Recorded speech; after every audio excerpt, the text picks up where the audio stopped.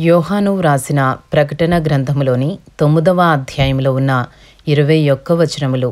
5వ దూత బూర ఊదినప్పుడు ఆకాశము నుండి భూమి మీద రాలిన ఒక నక్షత్రమును చూచితిని.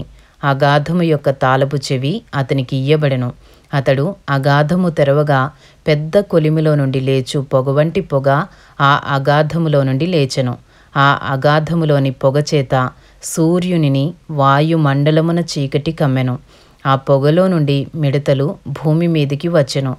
భూమిలో ఉండు తేళ్లకు బలమున్నట్టు వాటికి బలము ఇయ్యబడెను.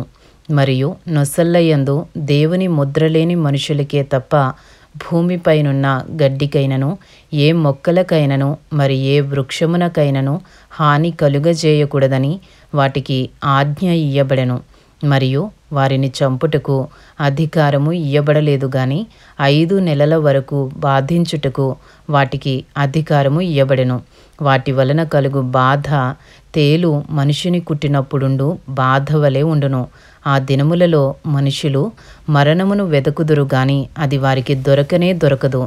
చావవలెనని ఆశపడుదురు గాని మరణము వారి యొద్ద నుండి పారిపోవును. ఆ మిడతల రూపములు యుద్ధమునకు సిద్ధపరచబడిన గుర్రములను పోలియున్నవి. బంగారము వలె మెరియు కిరీటముల వంటివి వాటి తలల మీద ఉండెను. వాటి ముఖములు మనుష్య ముఖముల వంటివి. స్త్రీల తల వెంట్రుకల వంటి వెంట్రుకలు వాటికుండెను. వాటి పండ్లు సింహపు కోరల వలె ఉండెను. ఇనుప మైమరువుల వంటి మైమరువులు వాటికుండెను. వాటి రెక్కల ధ్వని యుద్ధమునకు పరిగెత్తునట్టి విస్తారమైన గుర్రపు రథముల ధ్వని వలె ఉండెను. తేళ్ల తోకల వంటి తోకలను కొండ్లును వాటికుండెను. 5 నెలల వరకు వాటి తోకల చేత మనుష్యులకు హాని చేయుటకు వాటికి అధికారముండెను. పాతాళపు దూత వాటిపైన రాజుగా ఉన్నాడు. హెబ్రీ భాషలో వానికి అబద్దోనని పేరు. గ్రీసు దేశపు భాషలో వాని పేరు అపొల్లుయోను. మొదటి శ్రమ గతించెను. ఇదిగో మరి 2 శ్రమలు ఇటు తరువాత వచ్చును. 6వ దూత బూర ఊదినప్పుడు దేవుని ఎదుట ఉన్న సువర్ణ బలిపీఠము యొక్క కొమ్ముల నుండి ఒక స్వరము యూఫ్రటీసు అను మహానది యొద్ద బంధింపబడియున్న 4 దూతలను వదిలిపెట్టుమని బూర పట్టుకునియున్న ఆ 6వ దూతతో చెప్పుట వింటిని.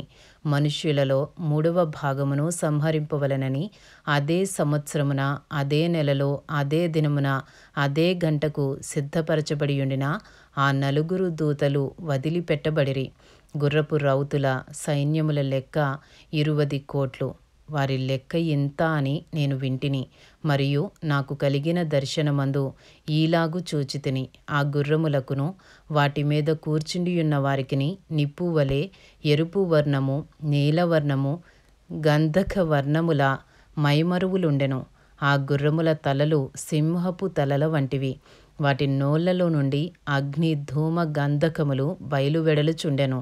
ఈ 3 దెబ్బల చేత అనగా వీటి నోళ్లలో నుండి బయలువెడలుచున్న అగ్ని ధూమ గంధకముల చేత మనుష్యులలో 3వ భాగము చంపబడెను. ఆ గుర్రముల బలము వాటి నోళ్ల యందును వాటి తోకల యందును ఉన్నది. ఎందుకనగా వాటి తోకలు పాముల వలె ఉండి తలలు కలిగినవైనందున వాటి చేత అవి హాని చేయును. ఈ దెబ్బల చేత చావక మిగిలిన జనులు దయ్యములను చూడను వినను నడువను శక్తి లేనివై బంగారు, వెండి, కంచు, రాయి, కర్రలతో చేయబడిన తమ హస్తకృతములైన విగ్రహములను పూజింపకుండా విడిచిపెట్టునట్లు మారు మనస్సు పొందలేదు. మరియు తాము చేయుచున్న నరహత్యలను, మాయా మంత్రములను, జార చోరత్వములను చేయకుండునట్లు వారు మారు మనసు పొందిన వారు కారు.